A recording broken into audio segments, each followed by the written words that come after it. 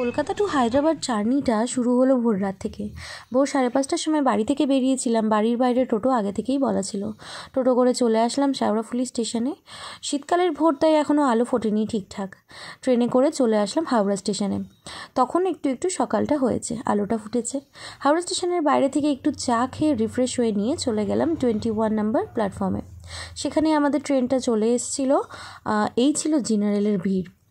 আর জেনারেলের ভিড়ের সাথে সাথে এই লাইনটা কিসের ছিল সেটা না আমি উদ্ধার করতে পারিনি।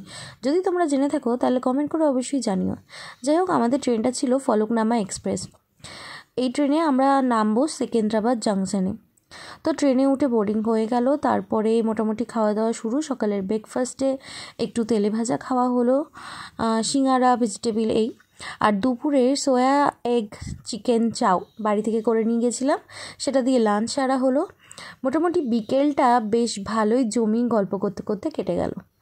সন্ধ্যাবেলা আবার একটুখানি ফ্রেশ হয়ে নিয়ে রাতের জন্য চুল টুল বেঁধে রেডি হয়েই গেলাম ঘুমানোর জন্য। তার মধ্যে ইতিমধ্যে আবার ডিনারের আইটেম চলে এসছে। ডিনারটা ট্রেনের প্যান্ট্রি থেকেই কিনে খেয়েছিলাম। ডাবল এগ বিরিয়ানি নিয়েছিলাম।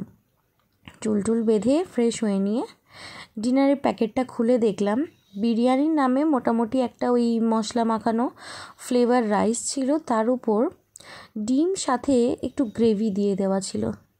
এটাই এখানকার ডাবল এগ বিরিয়ানি। বাট খেতে খুব একটা খারাপ ছিল না, মোটামুটি চলে যাবে। ঘুমের টাইম হয়ে গেছে, চলো গুড নাইট। সকাল হয়ে গেল, সেকেন্ড বার গুড মর্নিং। সকালবেলা উঠে দেখি বিজয়ওয়াড়া স্টেশনে চলে এসেছি। সকালে উঠে একটু কফি আর বিস্কিট দিয়ে সকালের হালকা খাওয়া দাওয়া হলো। ফ্রেশ হয়ে নিয়ে আবার চুল টুল বেঁধে নিয়ে এবার ওয়েট শুরু হলো কখন নামবো।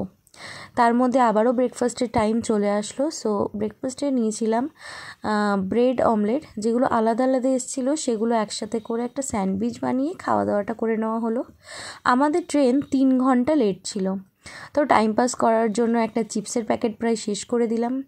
যাই হোক, দীর্ঘ অপেক্ষার পর পুরো 29 আওয়ার্স জার্নি করার পর আমরা পৌঁছালাম সেকেন্দ্রাবাদ জাংশন।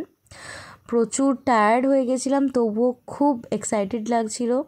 ফাইনালি আমরা আমাদের ডেস্টিনেশনে পৌঁছে গেছি।